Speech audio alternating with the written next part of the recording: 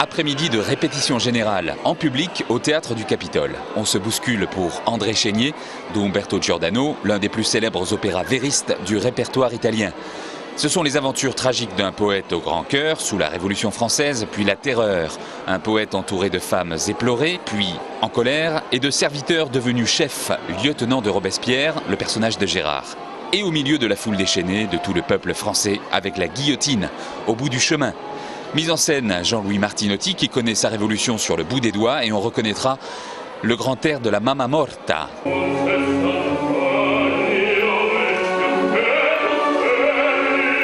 La question qui est posée, c'est la question de la révolution qui dévore ses propres enfants et c'est la question de la révolution qui est pervertie par ses propres enfants aussi.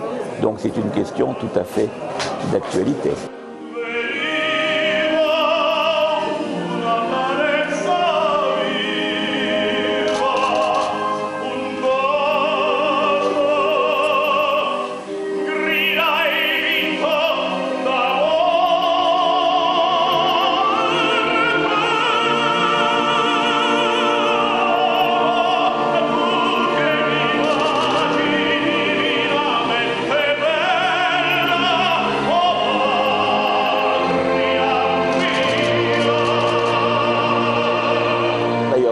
Donne à réfléchir, c'est la phrase par laquelle Robespierre a refusé la grâce d'André Chénier. Moi j'ai beaucoup d'admiration pour Robespierre.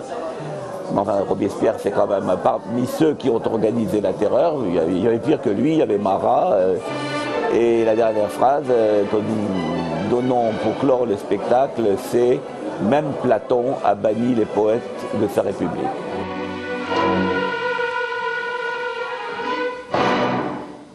Fatalement, c'est un opéra en costume d'époque. On est bien obligé, puisqu'il est tout le temps question de Robespierre, de Necker, de Louis XVI, etc. Bon, on peut toujours s'amuser à transformer ça chez Mao Tse-tung, Lénine ou Fidel Castro, mais il faut changer les noms, quoi.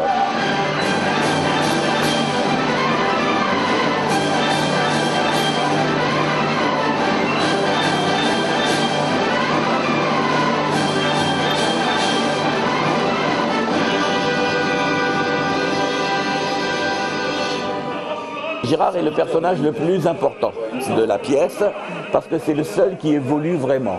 Gérard est un révolutionnaire, enthousiaste, c'est-à-dire que c'est un homme de 1789, c'est un homme du jeu de paume, et c'est le jeu de paume qui est le signal insurrectionnel, puisque c'est toujours, une révolution commence toujours par une désobéissance, regardez Ceausescu ou ailleurs, donc, ou Potemkin.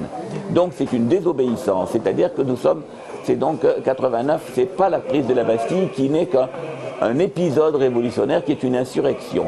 C'est la désobéissance, donc il a fait partie de ceux qui ont désobéi, il désobéit à la comtesse, il s'en va, et puis il est ensuite, un peu comme Danton et le parti des indulgents qui finira sur l'échafaud, il finit par basculer de l'autre côté et se dire qu'il faut arrêter le massacre.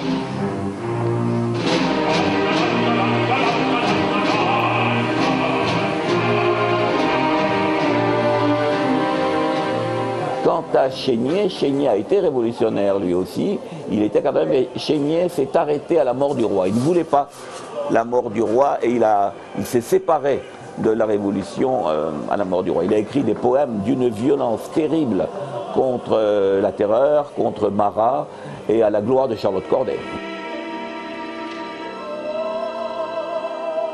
Quel est le rôle des femmes justement là, dans cet opéra ? Le rôle des femmes, c'est au début une espèce de petite idiote de noblesse de province qui comprend rien à rien et qui s'impatiente un peu de tout, une fille terriblement superficielle que les malheurs de la vie font tout à fait mûrir. Et on voit bien ensuite qu'au deuxième acte, c'est une femme brisée, blessée, etc. et qui atteint une vraie grandeur.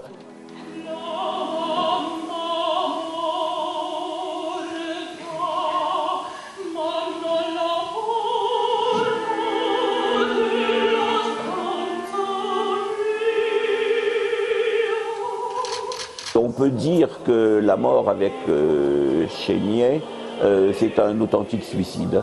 puisque Chénier se suicide en ne partant pas et en écrivant ce qu'il a écrit. C'est même étonnant qu'il ait duré jusque là, et elle se suicide, bien sûr, en prenant la place d'une condamnée.